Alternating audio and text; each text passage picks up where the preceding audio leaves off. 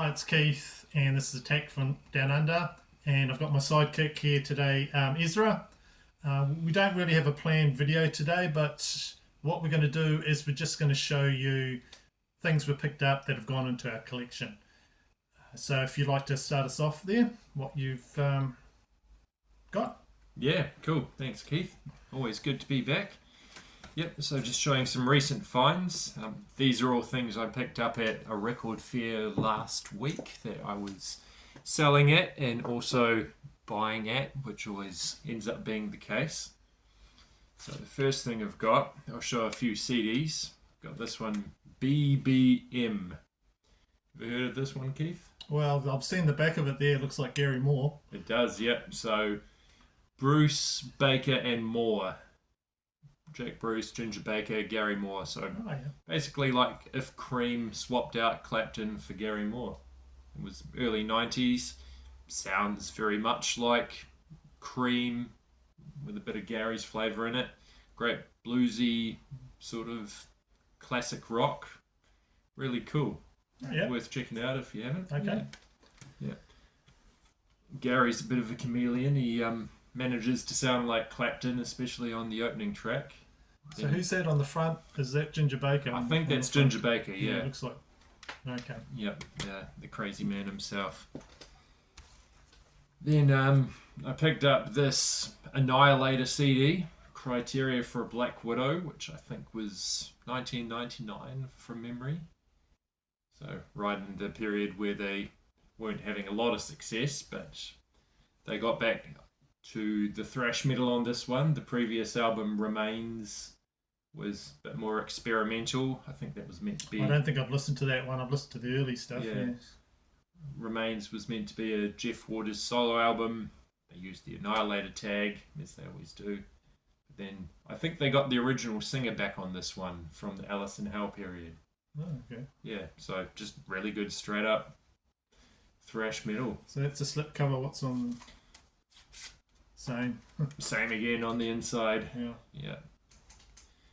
What's bonus videos? Yeah, I think it's an enhanced CD. Oh yeah, remember those? You put them in your old computer. Yeah, watch a pixelated music video. It was the height of technology at the Probably time. won't work with Windows 11 now. Yeah. So, Those were a big thing. All right, with my first ones, I just got a shout out to the YouTube channel Mike Spins, because he's the one that first showed this and alerted me to this.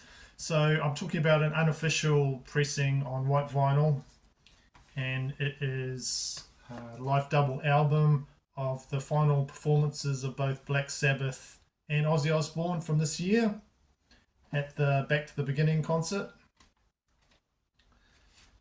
So this is like a bootleg. There's supposed to be a concert film and I guess a video final release coming out next year.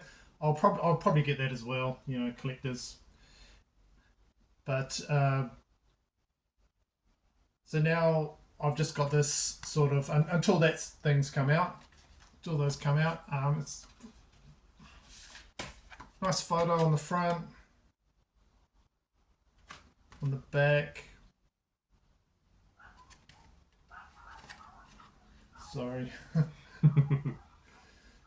So I love how happy Ozzy looks in these pictures. He's in his element there. It's one of the things I really like about this. And of course, it's his final goodbye, and he died shortly afterwards. Sticker there. So on Mike's channel, he showed this, and it comes with some posters as well. I think I only got one of the posters for some reason. Ugh.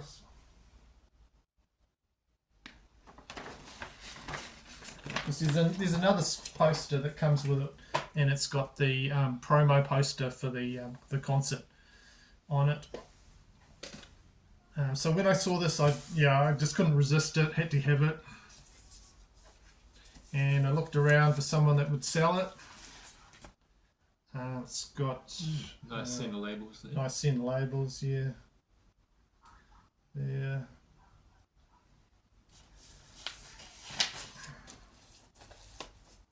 Sounds fine. So here we go. Another there he is. So that's a great souvenir. Yeah. We watched that together, didn't we? Indeed, we did. It was the genesis of me featuring on this channel. Yeah, that's right. Next thing is another bootleg. So this was from exactly the same place that I got that Sabbath one from. This is an unofficial release from the Netherlands, and it's of the live concert film Live Van Halen Without a Net. So the band recorded a concert in New Haven, Connecticut in '86, and we kind of went straight to video. They were supporting their 5150 album. I love this video when it came out. I could not find it anywhere to pick up, but one local video outlet hire place had it on their shelves, and I would hire that thing all the time. I probably paid for it about 10 times over because I'd hire it that much.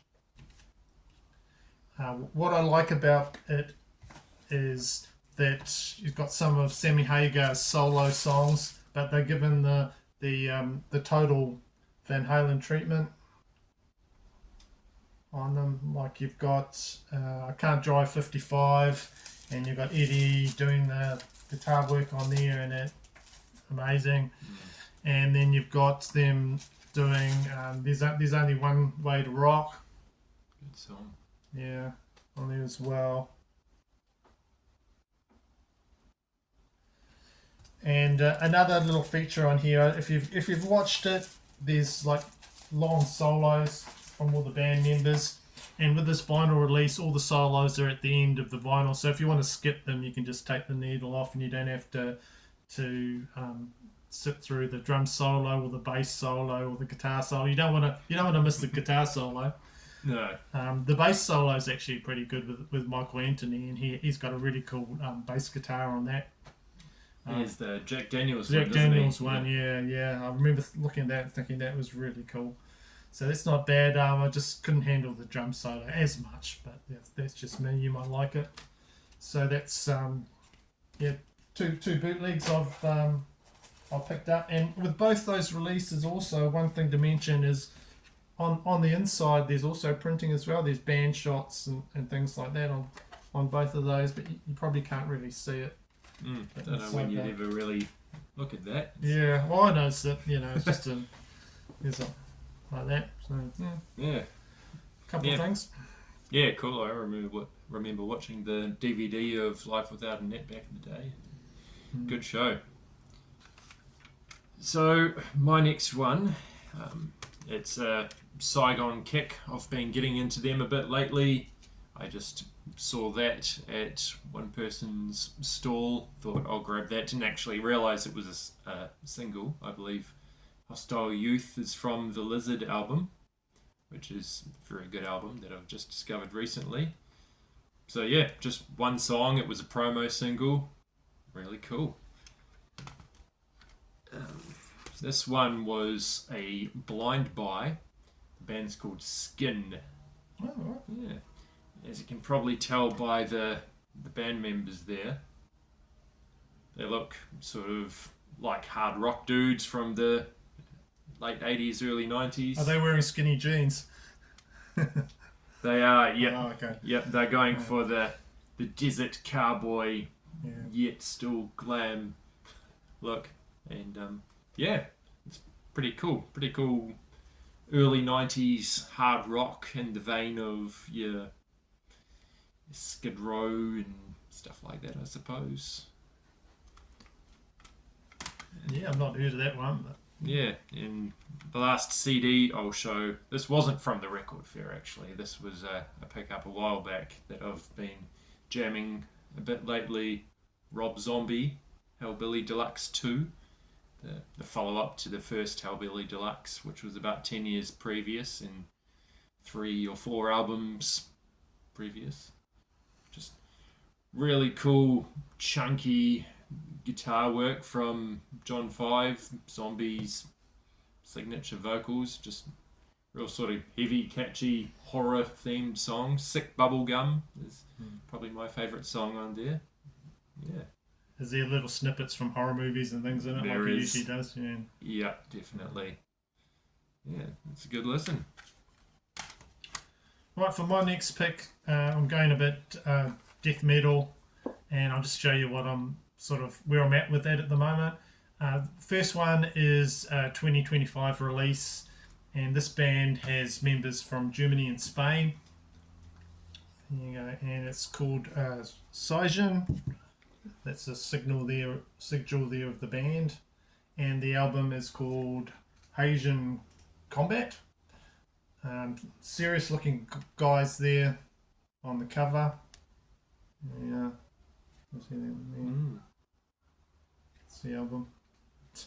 Yeah.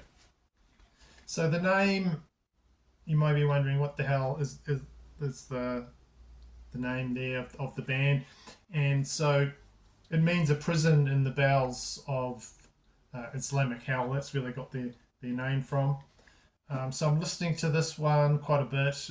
These guys sort of incorporate a lot of different kinds of metal. If you were sort of going to, if they were a dog, you'd say they're a mongrel dog, because there's lots of different breeds in this sort of music that they're doing. So one moment I'm thinking that they're doing speed thrash, and then they go a little bit melodic, and then they do some death metal. So the vocals are very grim and harsh, and so yeah, thinking death metal, and then like I say, melodic parts and just traditional heavy metal, a real mongrel dog of an album. The song Fear Not, the Tormentor, that's got a really long, nice intro to it, and then it just batters you as a listener. These guys really play like they mean it. The only sort of thing I can say that is a bit of a negative is this: the singer sort of sticks to the same limited range of singing. He does some really good violent shouting, which I like. He doesn't step too much out of his vocal range, I have to say. And there's songs like Trance of the Mummified, that's on there. Really good guitar solos, excellent guitar solos, really good ones. And just like saying, a real mix of different things on here. So if you like you just straight up death metal, you probably wouldn't like that one as much. There's the vinyl. But with me, I'm sort of going with death metal with thrash elements, or melodic death metal.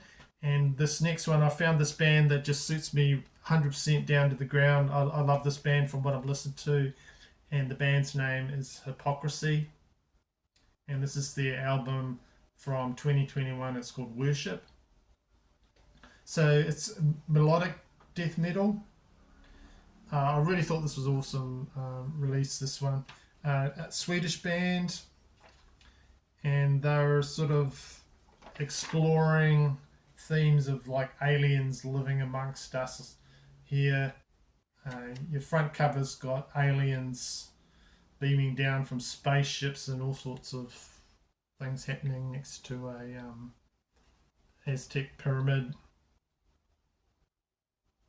There, so there are thrash elements in here which I like, as well as the big riffs and the death metal. This is totally where I am with death metal at the moment.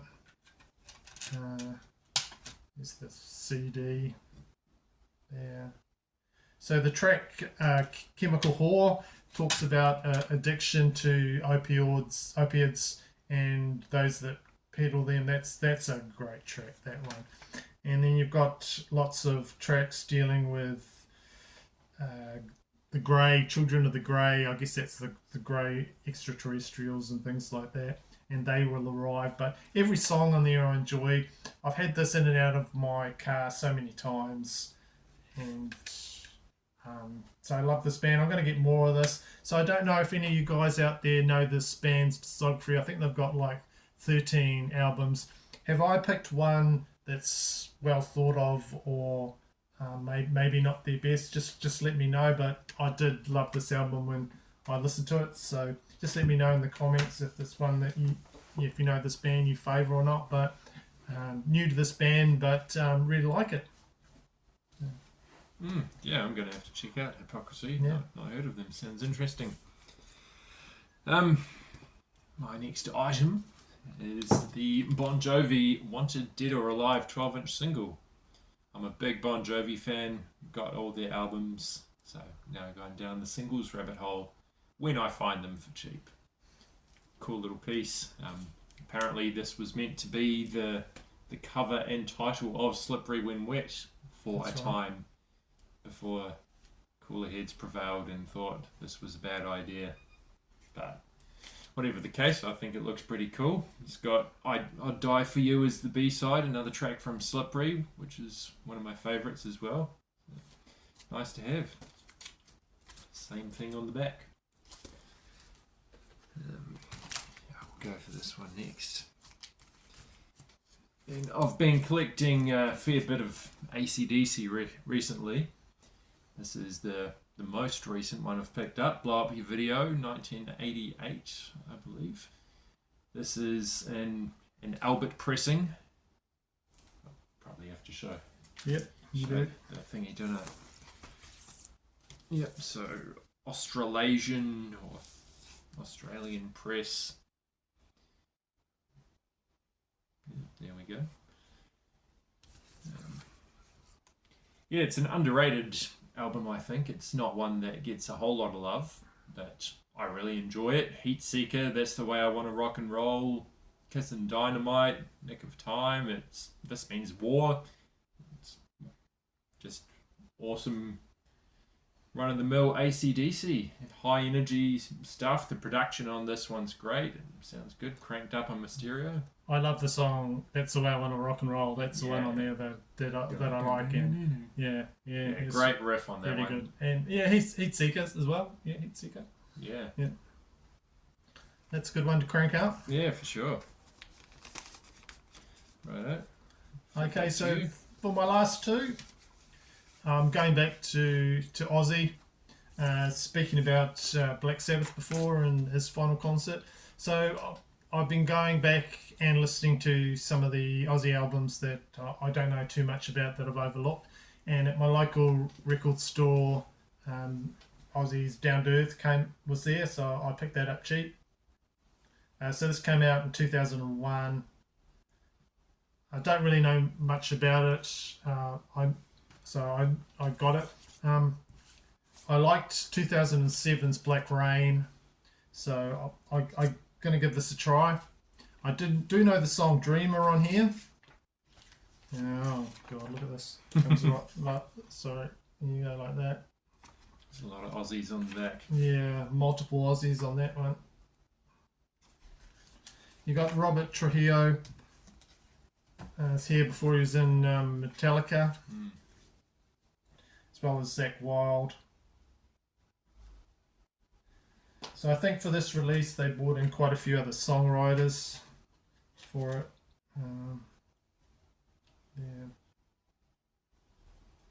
I don't think this one is sort of regarded as a standout in his discography, but you know, I'm sure I'll find a couple of songs I like on there at least.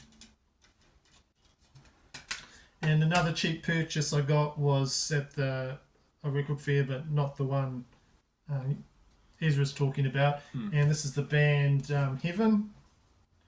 And this is a very 80s commercial heavy metal album. I just got this for like $20, I think. They're an Australian band. So you've got their logo there, that's the Heaven logo, and it's got the black puma there. And then you got the guys on there, they got two of them there. Standing there, I mean, they're in their denim and leathers, but you know, I don't think I would have got quite close to those pumas. I don't think that's Photoshop. You see that there? Yeah, I don't know whether that's photoshopped or they were drugged or something. I don't think so. Yeah, scary looking animals. Yeah, but that's their logo there. The music's not as tough sounding as that really, but here we go. So very slick sounding. The lead singer Alan Fryer, he sadly passed away in 2015, but the band is reformed with just 2 guys from the original. Just a cheap purchase, and I've been told that Ronnie James Dio does some backup vocals on here, as well as Leah Ford and Glenn Hughes contributing. And his leader's name. Yeah. Glenn Hughes. Yeah. So they had some success. They toured in the US on some big tours and opening for more like a well-established acts. But these guys still stayed Australian, and it is on the Deluxe label there. So yeah, that's my last one. Choice. I'm going to finish with a trio from the same band. It was one seller on the weekend that was getting rid of a bunch of Judas Priest. So picked up a few of them. We've got Rockarola, their very first album. This is a 81 Italian reissue, and it sounds pretty good. It's not one of my favourite Priest albums. They were still finding their feet at the time, but there's some good stuff on there. Cheetah, good song. Never Satisfied. There's a song called Caviar and Maths. That's an interesting title. Okay. At this point, Rob Halford apparently was known as Bob Halford. You see there, I don't know whether that's a typo or that's what he went by, but yeah. They did a TV appearance around this time, and they were dressed in their kind of flower power 70s outfits. It was before they happened upon the leather look in the S&M store. Then we got Sin After Sin. That was their 3rd album, I believe. They'd really found their feet by this point. Like Sinner, Diamonds and Rust, Dissident Aggressor, that was covered by Slayer on South of Heaven. Excellent album there. I think that's original US press. Great cover there too. Yeah, it's good artwork. Speaking of good artwork, the last one is Screaming for Vengeance. Screaming. Yeah, Screaming for Vengeance. One of the seminal heavy metal albums of all time, really. Opens with the Hellion, Electric Eye. We've got the title track, Another Thing Coming, Devil's Child. Take These Chains is a favourite deep cut of mine. I think it's a really cool one. It's an Australian pressing, I think. Are you close to completing your Judas Priest? Oh, nah. No. Yeah. I've got all the CDs. I've still got quite a lot of gaps in the vinyl collection. Just pick them up as I come across them when I'm feeling flush. Yeah. I've just got a copy of Painkiller from Keith in a trade we just did, actually. It's a trade, yeah. Yeah, so that's another excellent one to add to the collection. Great album. Yeah. Yeah, and that's all I've got. Right, so that's what we've picked up lately in our collection. Hope you liked seeing all that. Different things from both of us, as always. We didn't know what the other was going to show today. So anything else you'd like to say? You want to plug your... Yeah, so as you can see with my shirt here, I run Spitfire Records. If you're in New Zealand, check it out, spitfirerecords.co.nz. Lots of vinyl, CDs, a few tapes, DVDs. Yeah. Great site. So yeah, thanks for joining us today, and hope you enjoyed that, and we'll most likely... thank you for coming today as well. And most likely we'll do another video pretty soon with the same sort of things. So thanks, and bye guys. See ya.